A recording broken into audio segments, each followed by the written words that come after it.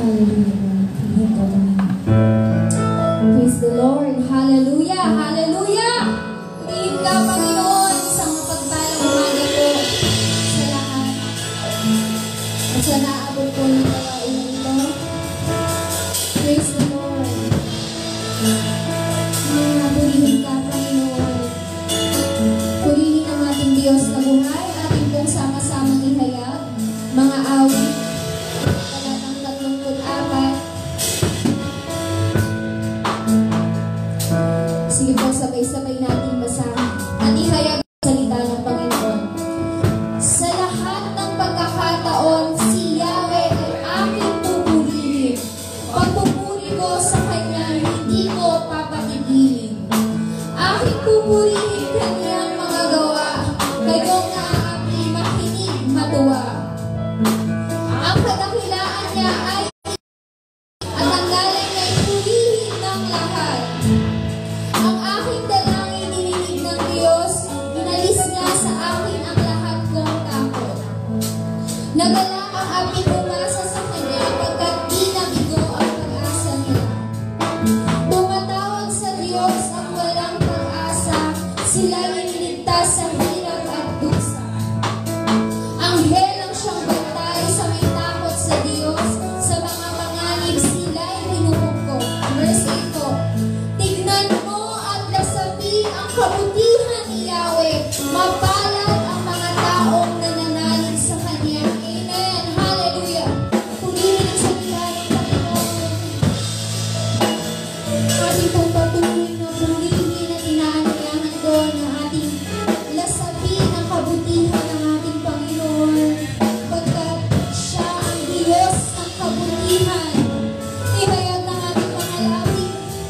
Tunay na o Diyos, napakabuti sa lahat ng pagkakataon.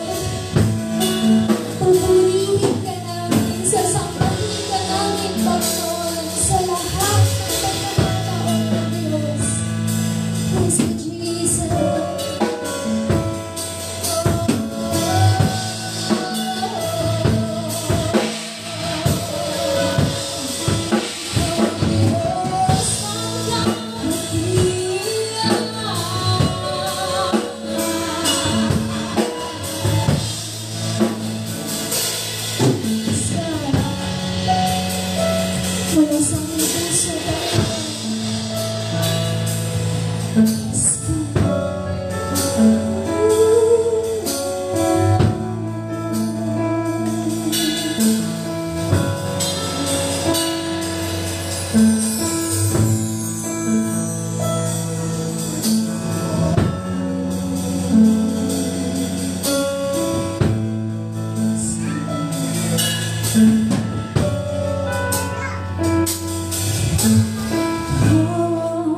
Kabutihan ang nais mo, ibigay mong buhay at ganap ang gusto.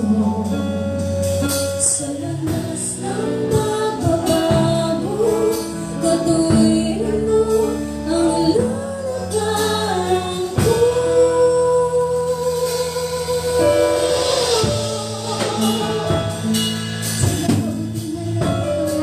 Para sa iyong pangalan,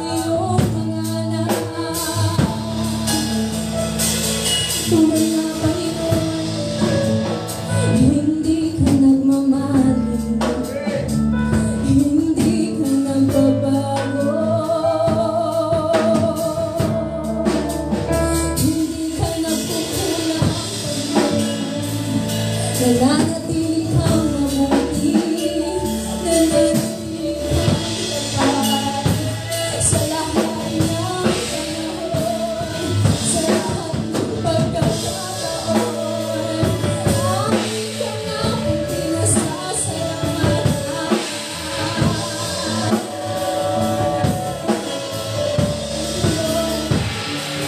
Jesus, salamat sa'yo, Panginoon. Pasalamatan ka, Panginoon, ang iyong mga anak sa umagang ito, Diyos. Ikaw ang Diyos ng kabutihan. Wala nang akong may papantay sa'yo, Diyos. Salamat. Salamat sa'yo, Panginoon. Tunay nga, tulad ng inihayag namin kanina, Panginoon. Sa lahat ng pagkakataon, ika'y aming pupurihin. Ang aming pagpupuri, pagsambat, pasasalamat, hindi namin patitigilin, Panginoon. Lord, maraming salamat po. Maluwalhati ka sa umagang ito. Ang araw na ito ay araw mo, Panginoon. Salamat po. Maraming salamat sa muling pagkakataon na ibinigay mo sa amin sa punang aming mga mahal sa buhay. Kami buhay ngayon, malakas, ligtas, malusog, Panginoon. Maraming salamat, Lord. Patuloy ka namin pinasasalamatan at pinupuri sa anumang panahon, anumang nangyayari sa paligid namin, Panginoon, sa aming pamilya, sa lahat ng aspeto ng aming buhay. Amin na kayo inahayag na ikaw ang aming pag-asa, Panginoon. Dahil tunay na, O Diyos, kapalad ang mga taong nananalig at naniniwala sa iyo, nagtitiwala sa iyo, Panginoon. Sa umagang ito, amin na pong patuloy na inilalagay sa iyo mapagpala ang mga kamay, Panginoon, ng lahat ng aming mga alalahanin, Panginoon, laman ng aming puso, laman ng aming isipan sa umagang ito. Hayaan mo malalong makakilos, patuloy ang iyong banal na Santong Espiritu at ang iyong mga salita ay maitanim sa matabang lupa, Panginoon, Lord. Pinagkakatiwala namin na magdalang oras, patuloy kang maluwalhati, aming Panginoon. Tanggapin mo nga pong patuloy ang aming inihahandog sa umagang itong pinakamataas sa pagpupuri, pasasalamat, maluwalhati, pagpapila sa pangalan namin, Panginoon, ito, si Jesus. Amen. Thank you, Lord. Maraming salamat. Thank you, Jesus. Thank you.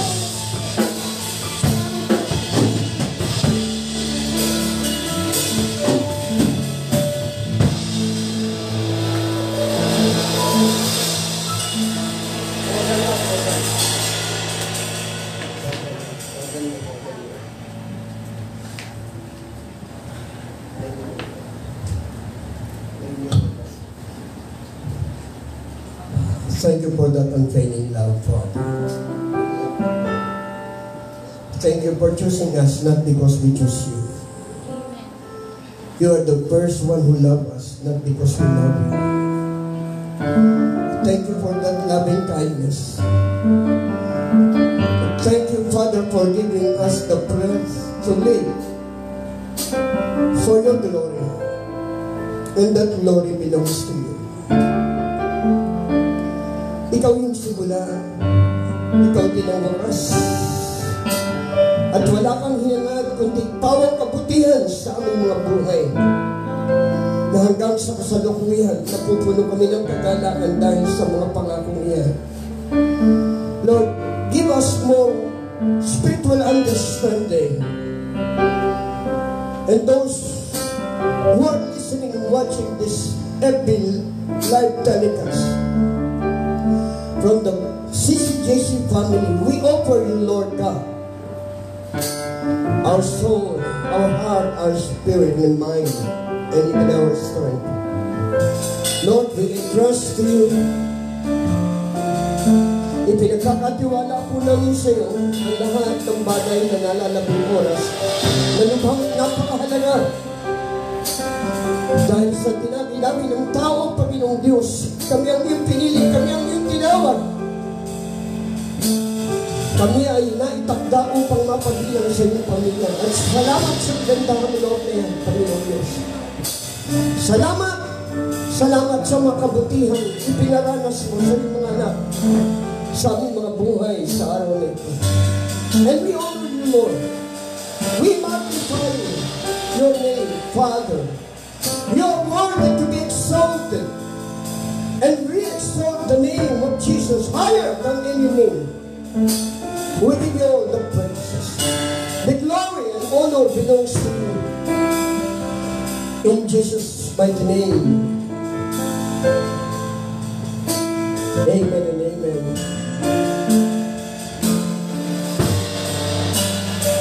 A blessed Father's Day. Salamat po sa mga ama ng tahanan. And we even send our love, a sympathy for a very family. Ito niya, Brother Bonis went already to the Lord yesterday morning. And the comfort of the Holy Spirit has been moved. The whole entire family accepted that there is a time for every season, a time to be born and a time to die. Pero sa kanyang sulatan, ang mga anak ng Diyos, ang namatay lamang ay ang kanilang katawan lupa at dadapat ang kanilang espiritu ay buhay. So for this reason, I want to share with you a song that is entitled, relevant to our topic for this morning, Why Have You Chosen Me? Give it your hands for the praises of this song. Hallelujah.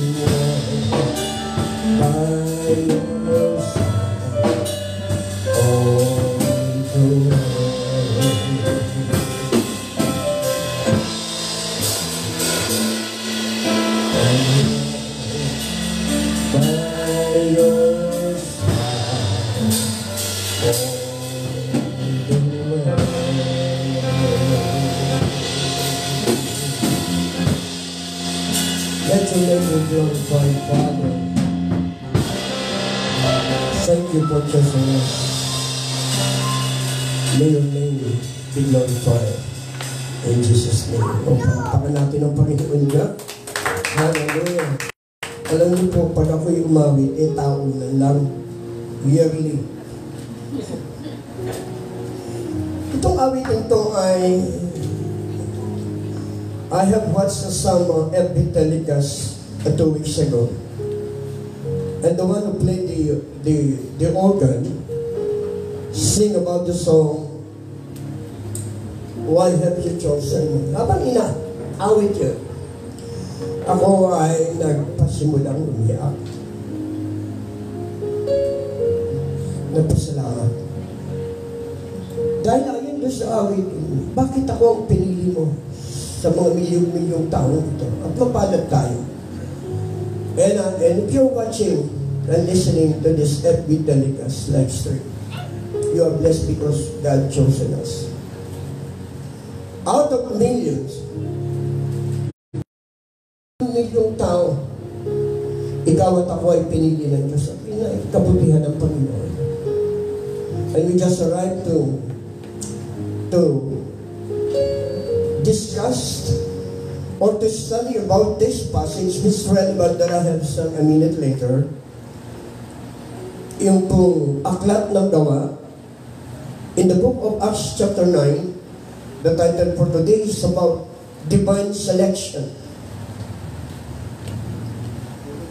But let me give you some eye-opening about this passage, or this what we call divine selection. Why the title is divine selection? I believe in my heart, and you can also agree that the Bible word is only pertain to God, the Almighty God. Pag sinabing divine, it only pertains. Ito ay isang uri ng salita na nauukol lang sa Diyos. Na Diyos na nagbigay ng buhay. In the Old Testament, in Genesis, He is the one who created heaven and earth. That's divine creation. And even how God formed the man. And that God's divine design for a man and woman to live for His glory. And God gave that divine precept or status, what we call God's divine appointment, giving Adam the authority to subdue, to rule over, to have dominion over the creeping things of the earth. At ito yung isang kalalagayan ng pagiging Diyos niya. And God even appointed, chose different patriarchs in the Old Testament, heroes of faith. The rest is story. From Noah up to the succeeding major and minor prophets, God designed everything in the past, the present, and the future. And God has already a divine plan what we are heading for as a Christians today's generation. The generation of Jesus Christ, the son of David, the son of Abraham, up to the 14th generation in the book of Matthew. God's divine creation, God's divine commandment, God's divine law, principles, God's deliverance, God's divine dominion entrusted to man, God's delegated authority, I call this in the New Testament. In Matthew chapter 10, He is the one who called the 12 apostles, even appointed the 12 disciples, followed by God, designed principles to obey and submit to the will of God, as Jesus Christ submit to the will of the Father. Jesus is the one who called. Jesus is the one who appointed. Jesus is the one who gave this what we call the five ministry, the fivefold ministry in chapter 4 verses 11. The apostles, the prophet, the evangelists, the pastors, and the teachers submit to the different traces of calling. He is the one, the only one who has power and authority to a divine selection for a leadership or to a leader. Siya lamang po ang mayroong kapamahalaan at kapangyarihang pumili. At salamat sa buhay natin dahil tayo ay pinili ng Diyos. Palakpakan natin ang Panginoon. Reading the scripture in what we call chapter 9 verse 15 to 18. Just jot down this scripture. In verse 15, but the Lord said to Ananias, go, this man is my chosen instrument. Look at this 8 words coming from the word but. But the Lord said to Ananias, go, this man is my chosen instrument to proclaim my name to the Gentiles and the kings and to the people of Israel. Yung ginamit po rito ay instrument sa New American Standard Bible, but using this the King James Version, authorized King James Version, chosen vessel. The instrument and the vessel is a divine selection, and it means at a divine selection. Diyos ang pumili, Diyos ang gumamit sa patnubay ng Espiritu kung ano ang nararapat na panawagan sa buhay ng tao, at yung tao ay kung ano ang sisidlang at lalagyan. The word instrument, the word vessel means sisidlan, lalagyan, sangkap, tahanan ng Ama, tahanan ng Anak, at tahanan ng Espiritu Santo. That's the bottom line. For us to know the significance of the our title for today is about divine selection. In chapter 9 verse 3, tignan po natin kung bakit unang tinagpo sa unang pangalan si Saul bago maging Pablo.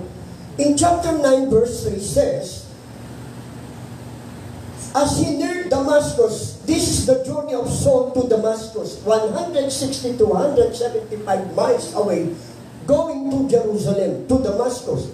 As he neared Damascus on his journey, suddenly a light from heaven flashed around him. Patungo si Saulo sapagkat nakakita ng isang pangitain, ang isang propeta ng Diyos na gagawin ang pangyayaring ito at kakatagpuin ng Diyos si Saulo na naging Pablo. At ang sabi sa kanya ay biglang lumitaw ang isang liwanag sa kanyang kapaligiran. Suddenly, a light from heaven flashed around him. Mga magulang kong kapatid, itong tinatawag a sudden light from heaven flashed around him. It is the very presence of the Lord. It is that light pertain. Absolutely, that light is the glory of the Lord. Surround the whole human being of soul, then becomes Pope. Only months after Jesus' crucifixion, pagkatapos po, walang ang pinili, napakaraming tao ang nagsama-sama mula sa labas po ng pintuan, at ang bawat mga taong naroroon ay nagsisipagsigawan na ipako ang Panginoon is crucify Him, crucify Him. In chapter 8 was before Jesus Christ went to Pilate, ang narinig ng sigawan ay ipako si Kristo. Si Kristo ay nung dalhin. Before and after ascension of the Lord Jesus Christ, this time there are no Roman soldiers. Mga magulang ko kapatid, pagkatapos ng siya ay umakyat sa langit, wala pong mga Romanong sundalo sa panahon. Isa lang isang kabataang tinawag na matapang sa buhay ni Esteban, or a young, brave, young people in the person of Stephen. And his demeanor, the word behavior towards others is so different that it repulses the mob. Sa katapangan na meron si Esteban, nagalit ang kapulungan ng tao at siya ay sinimulang applying rocks, simulan siyang batuin, tinanggal ang mga damit at inilagay mismo sa harapan na ang pangalan noon ay nagmamadyag na Saulo. It is Saul who personally witnessed what happened to Stephen. Kaya nung sa panahon na si Esteban ay binato hanggang mamatay, at nung tignan nila ang mukha ng binato, si Esteban, sa buhay na meron siya ay siya mukhang anghel. Mga magulang at mga kapatid, this is a physical flying rocks that Stephen experienced to those mobs. Yung nagnanais na pumatay sa buhay ng Panginoong Jesucristo, ito rin yung mga taong na naging dahilan sa pagiging silos, mainit sa paglilingkod ng Diyos ay binato hanggang mamatay. Pero nung tignan ng tao ang mukha ni Esteban ay mukhang anghel. No? Binato hanggang mamatay tapos mukha pang anghel. No? Dumating lang yung pagsubok, hindi na mga mukhang anghel, mga mukha ng tao ngayon. Hindi na maipinta ang mukha. At lahat ng karainan ay naroon. But in a different manners, the man who changed the course of Christianity, Saul of Tarsus, who became Apostle Paul. Now, Saul was a man of two words. Dalawa ang daigdig po ni Saulo. Hindi pa ho nagiging Pablo. Dalawa na ang daigdig na nilalakaran ni Pablo. Ni Saul. Saul was a man of two words. One is credential, where impeccable. The word impeccable, free from error, free from failures.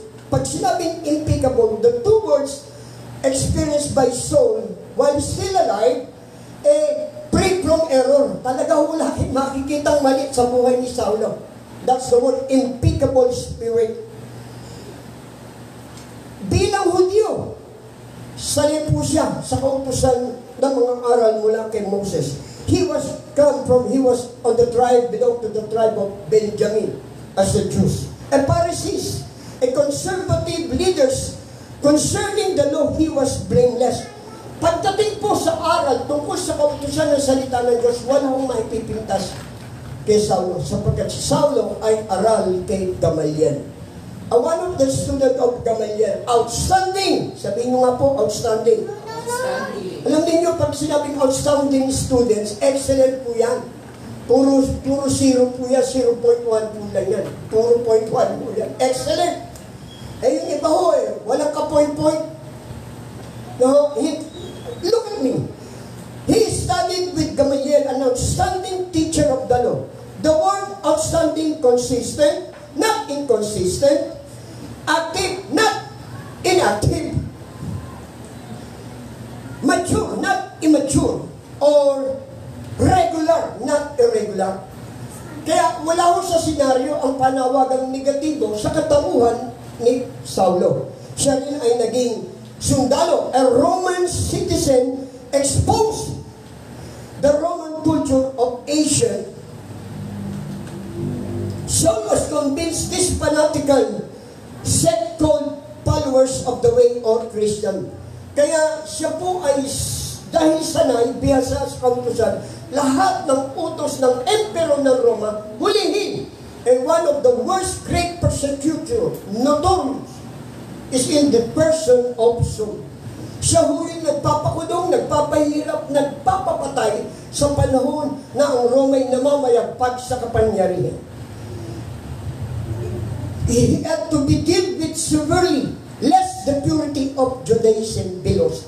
Kaya ang gusto niya, masumpo ang mga at mawala sa mapa ng daigdig. Yun po ang prinsipyong aral sa panuntunan ng pamamahala ng Roma Emperor.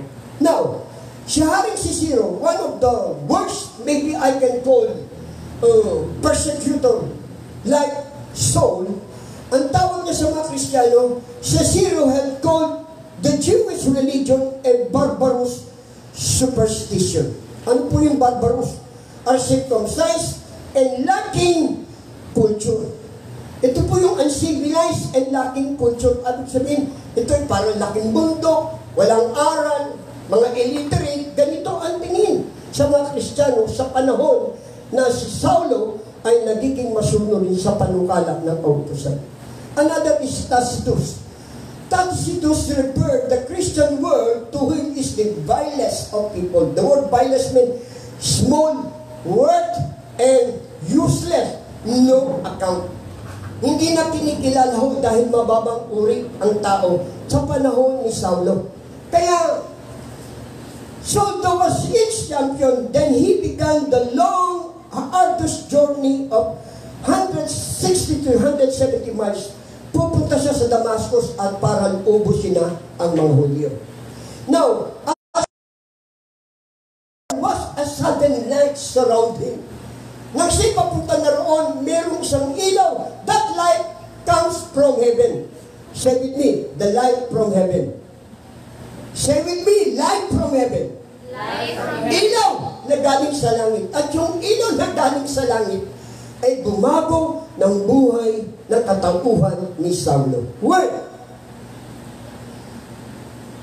Ang intent, Christian back to change, pays to prison. Kailangan makulong na. Yun ang hangarin niya. But in Acts chapter 9 verse 3, a light from heaven suddenly burning. In verse 4 and 5, basahin po natin. Nung pagkatapos na siya po ay sakupin ng ilaw, may nangyari sa verse 4 and 5. Reading the scripture, he fell to the ground and heard a voice to him, Saul, Saul, why do you persecute me? Sumub siya sa lupa at narinig niya sa tinig nagsasabing, Saulo, Saulo, bakit mo ako inuusig? Verse 5. Who are you, Lord? You see, the notorious persecutor replied, who are you, Lord? And the Lord spelled capital L. Sabi niya, sino ka? O Diyos, sino ka, Panginoon? Alam niyo ang tao, pagka nailawan, tatawag na yan sa Diyos ng Panginoon. Yung mga tao nasa dilim. At si Saulo noon, that one saved the soul of Saulo, o Saul. Now, near the end of the 6th day, yung ika-anim na araw na kanyang paglalakbay, nakatagpo siya. At siya ay lumuhod at nagsabing, sino ka, Panginoon? At that point, Saul's life changed drastically. Pag sinabing, at yung buhay ni Saulo ay nabago kaagad-agad. Sabi niyo, agad-agad. Dumating ang ilaw, liwanag galing sa langit. At siya lumuhod at sabi, sino ka, Panginoon?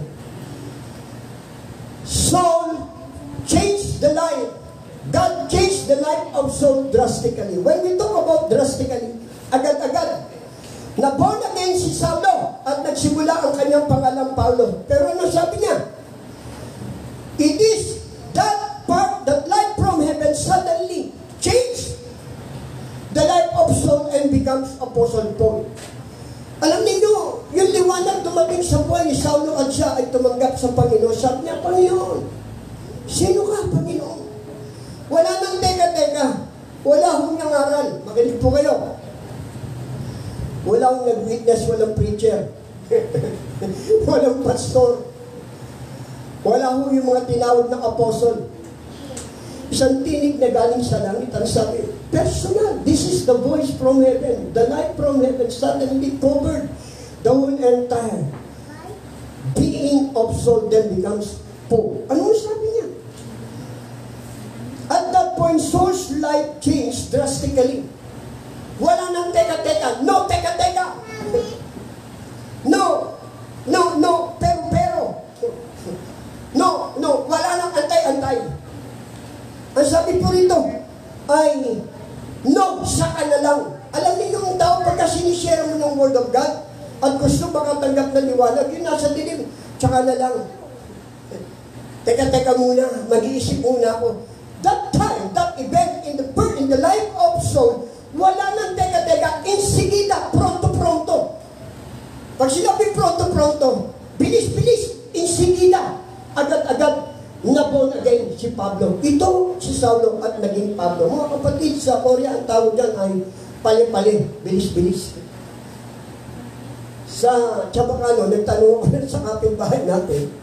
Sabi ng isang anak, Pastor, yung agad-agad, pareho nung bilis-bilis, pronto-pronto. Yung isigida, pareho din ho yan, agad-agad. Mga kapatid, sino sa inyo nakatanggap na liwanag, agad-agad tumanggap sa Panginoon? May kausap mo ba ako? O sabi nung iba, tsaka na lang yan.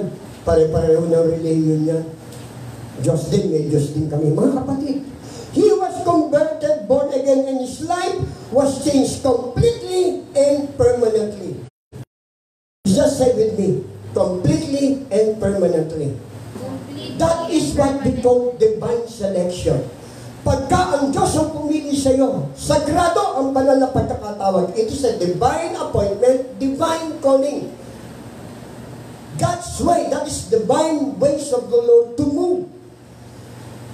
And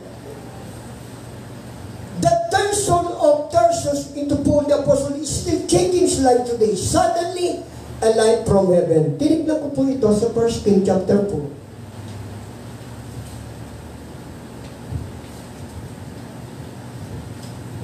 Basahin po natin itong 1 Kings chapter 4 verse 17. Mayroon pong pangyayaring ilaw na natanggap mula sa isang narrative story. Pag sinabing narrative story, it is a story that happened in the Old Testament in the person of Eli. Ano po ang nangyari? 1 Samuel chapter 4 verse 17. Now the messengers arrived and replied while Eli now is in the old age. Matanda na si Eli. At dahil may labanan po ang mga Hudyo sa panahon ng kanyang pangunguna, at yung kanyang mga anak na si Omni at si Phinehas ay namatay sa isang labanan at nangangailangan ng isang balita mula sa mensahero na ipinadala mula sa labanan na nakatakas, at ganito po ang kanyang balita. The man brought the news, replied, Israel fled before the Philistine. Nagapit, natalo ng Filisteo, at ang mga namatay ay 3,000. And even your two sons, Hophni and Phinehas, are dead. And the ark of God has been captured. And the ark of God taken. Nilusog ng Filisteo ang Israel at walang nagawa ang bayan ng Diyos. Pinahintulutan ng Diyos na ang kaaway ay magwagi. Mga Filisteo po ito. They are pagan nations. They are atheists. They don't believe God. They believe the idol, what we call Dagon or Dagon. Now, ang pangyayaring ito ay nagbigay ng kalungkutan sa buhay ng Eli nang malaman niyang namatay ang kanyang dalawang anak. Nagapi ang mga Israel at ninakaw ng kaaway ang kaban ng tipan or the Ark of Covenant or the Ark of God. In chapter 3, verse 17 and 18, it's the same book, 1 Samuel chapter 3, verse 17 and 18. May ikinuwento po rito. Ang kasalanan ni Phinehas at ni Hophni ay yung pong mga handog ay binabawasan patungo sa altar. Ang mga babae ginagawa ng hindi maganda, idolatrous, adulterous, lahat ng bagay na hindi gawain ng pari, ginawa ng anak ni Eli. Kaya ang Diyos ay nagalit. Nagkaroon ng puot ang Diyos sa bansang Israel sa pangunguna ni Eli at pinaalala na ang iyong sambahayan mula sa araw na ito'y uubusin mo maski ang natitirang lahi. Dahil pinabayaan mo ang iyong anak na gumawa ng kalapastanganan sa aking altar. Now, looking back to chapter 3 verse 18, nakipag-usap si Eli. At doon sa balitang kanyang natanggap, nalungkot po siya. Kaya lang meron sinabi si Eli sa kabila ng karanasan. Sabi niya, was what it said, you, Eli asked, do not hide it from me. May God deal with you if ever so severely you hide from me anything He told you. Lagay po natin sa Tagalog to in verse 17 and 18. Makita niyo po yung ilaw. The Shop Life William Tyndale says, ito'y isang uri ng ilaw sa panahon ng Israel ay nasa kadiliman na magbibigay ng liwanag ayon sa ating pong pinag-aaralan ngayon. Sinabi ni Eli, anong sinabi na maglihim sa akin? Mabigat ang parusang ibibigay sa iyo ni Yahweh kapag hindi mo sinabi sa akin ang lahat ng sinabi niya. Now, in 18, kaya pinagtapat ni Samuel ang lahat kay Eli. Wala siyang inilihim dito. Pagkatapos sinabi ni Eli, look at the passage.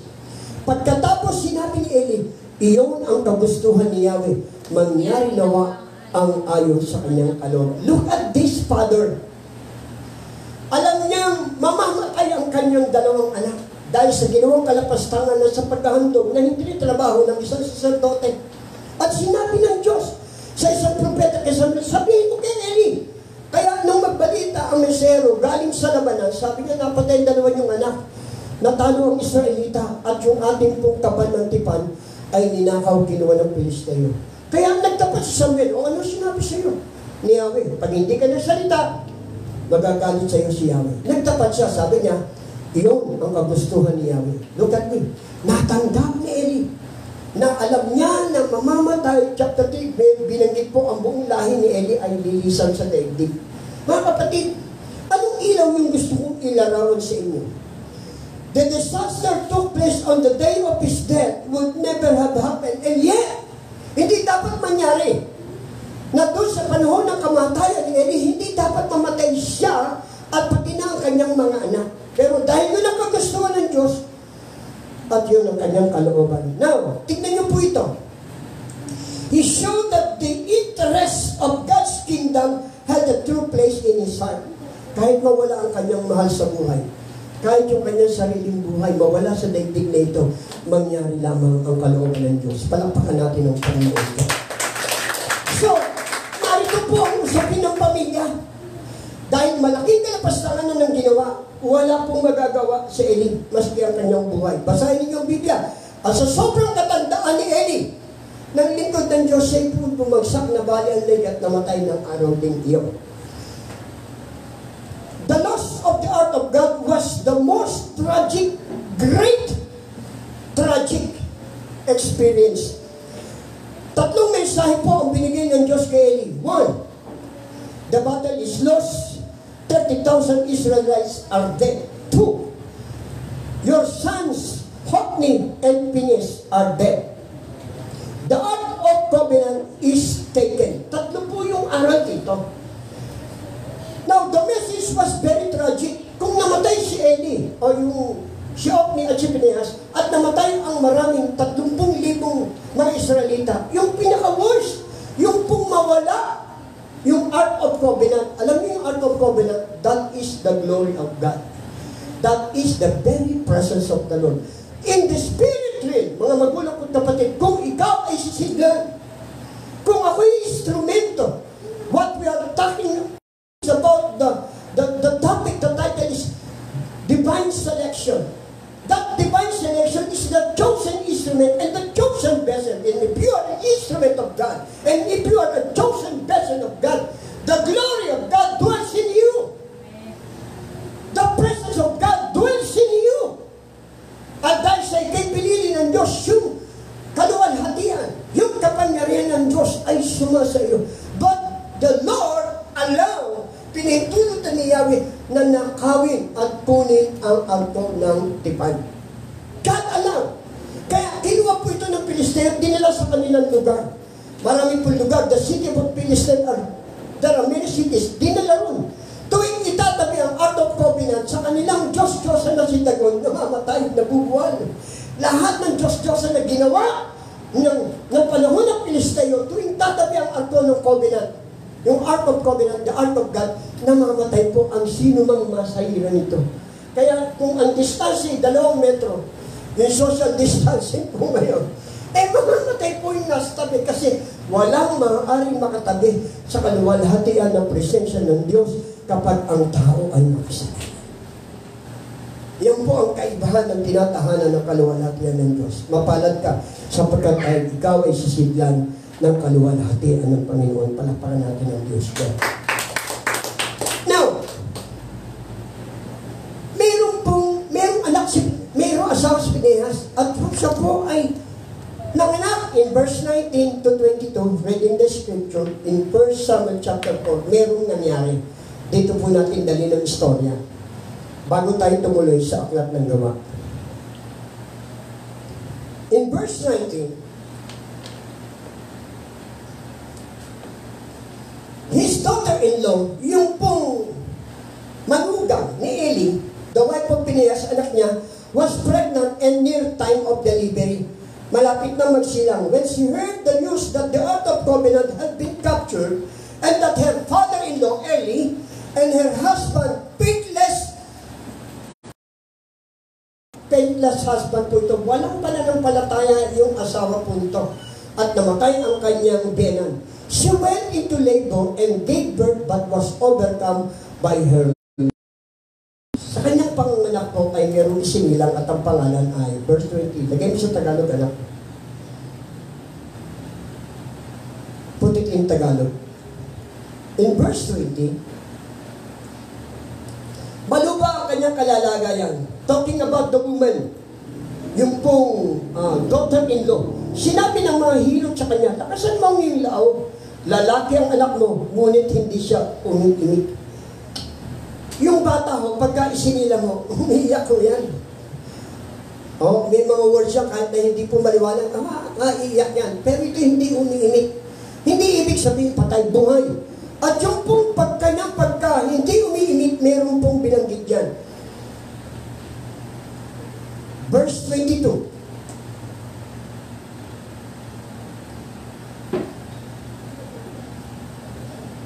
Ang bata ay pinangalanan niyang Kabod o Ikabod in English na ang kahalugan ay umalis na ang kaluwalhatian ng Diyos sa Israel. Ang tinutukoy niya ang pagkakuha sa kaban ng Diyos at inisip niya ang pagkamatay ng